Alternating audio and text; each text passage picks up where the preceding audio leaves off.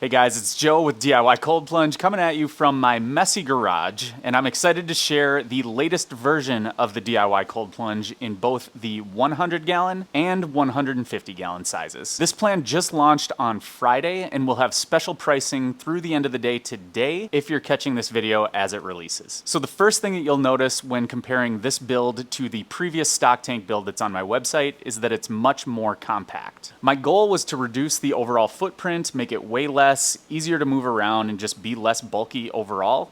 And with that, make it less expensive to build. Moving this thing around is truly a two-person job, and overall the height is less than 29 inches, so it can easily move through a standard doorway. I use cedar for the top panel, and for the sides I use some LP siding that I stained black just because I think it looks cool. But the cool thing about this and any DIY build is that you can customize it to whatever you want. If you want to scale up and do cedar around the sides, you can do that. Or if you want to go the other direction and try to save some money, you could use something like pallet boards or other material around the side to wrap it there. Even with the smaller and more compact design, this cold plunge is just as insulated as anything else out there. And overall, it has about 3 inches of insulation around the entire build. I utilized and recommend using Active Aqua chillers for this build. They've been the most dependent, reliable, robust, and resistant to weather in my experience. You can see that this build doesn't have an enclosed mechanical area, and that's mainly to help the chiller operate at maximum efficiency. And as soon as I say that, that typically leads to people asking about using this cold plunge outside. I will share my personal anecdote, but just know that you will need to make your own decisions on how you do this and how you use it.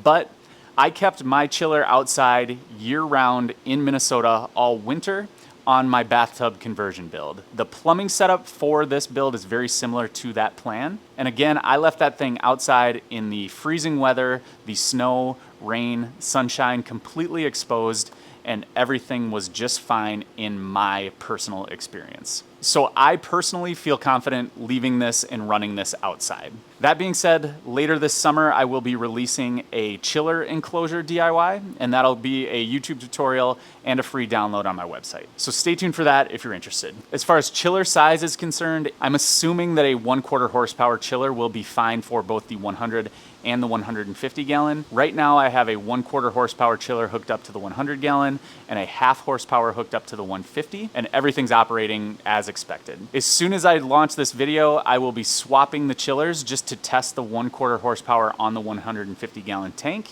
and I'll do a new segment on my channel to cover the results of that. Aside from looks and appearance, one of the biggest differences is that I did not incorporate a drain into the plumbing on this design, and there's a number of reasons for that. Number one is that the existing drain hole size has been problematic in finding a bulkhead to properly fit it. Bulkheads are either too small, too big, need the hole enlarged, and it's just kind of been a pain in the butt to find something consistent for everybody. Second is, even if you use that existing drain hole as the outlet and connect a drain to it, you'll still have about 1 inch of water left in your tank after everything drains out. So it doesn't do a good job of draining at all. Third is that there's been a lot of cases of people's shorts and things clogging up that hole when you use it as either the outlet to the pump or the drain. And then reason number 4 is that the LED light on my site is actually the perfect size and fits into the existing stock tank drain hole without any modification. So it's just a cool little add-on that you can use without modifying that stock tank hole. So that obviously begs the question of how the heck do you drain this thing? As I weighed out the pros and cons of everything that I just explained, I found that it's easiest just to grab a cheap sump pump off of Amazon. You can hook this up to a hose, drop it into your tank, and it'll drain the thing completely dry down to the bottom. The cool thing about all of the different plumbing assemblies that I designed for this build is that you can customize them and adapt them to whatever you feel strongly about. So if you want to add a drain,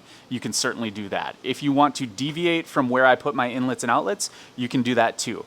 If you want to follow everything that I did to a T, I provide the exact measurements and everything you need to build the cold plunge you see here.